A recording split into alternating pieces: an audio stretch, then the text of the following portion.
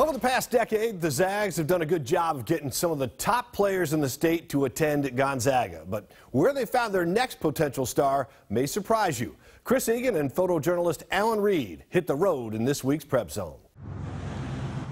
I like the fact that it's very slow, that everything is laid back. You can live a slow life and not have to worry about the hassle of the big city. Along the I-90 corridor just east of Ellensburg, you'll find the sleepy little town of Kittitas. It's a very nice community. It's still old-fashioned. It's still, if somebody needs help, people come forward. Got a lot of good people, very good people.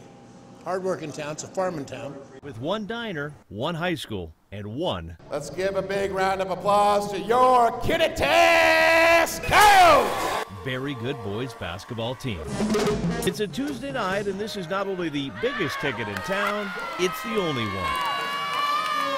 The Kittitas Coyotes have become a 2B dynasty. In 3 years, they have 69 wins and only 2 losses, and back-to-back state titles.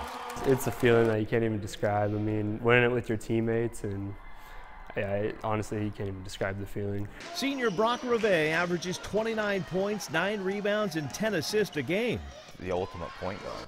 I mean, I think, he scores so much that people talk about his scoring, but I still think his best gift is his passing ability. He's put a lot of time in, especially at a young age. It's almost like riding a bike when you do it at such a young age. And I think the skill part was done at such a young age that the feel of the game comes easier to him because he's not having to worry about where the ball's at. He's able to play with his head up. He's able to see the floor. Tim Ravet is not only Brock's dad, he's also his high school coach. Kids! Martine, kids! Stay there, Martine!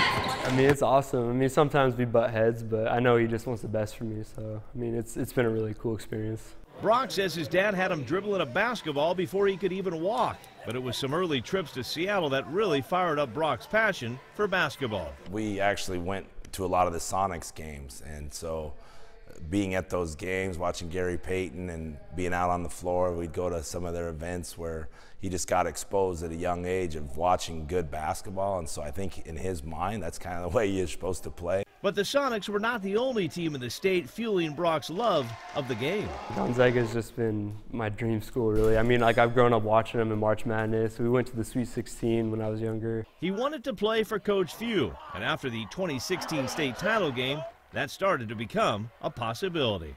One of the professors at Gonzaga, when we won the state championship, Brock had like 46, and so that guy went back to some of the coaches and said, you need to look at this kid. 4 months later, Brock attended a camp at Gonzaga. They offered him a scholarship, and he didn't think twice, accepting it on the spot. As a sophomore, when you get that kind of a look at the place that it's like meeting your girl in 7th grade that you want to marry, and it's a perfect situation. How many times have you heard of a kid that's come from a 2B school going to Gonzaga full ride?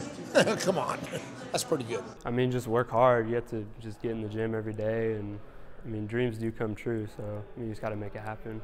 And Brock Ravet is living proof. You don't need to play for a powerhouse high school to get noticed. Even kids from a small little town can dream big. In Kittitas, Chris Egan, King 5 Sports.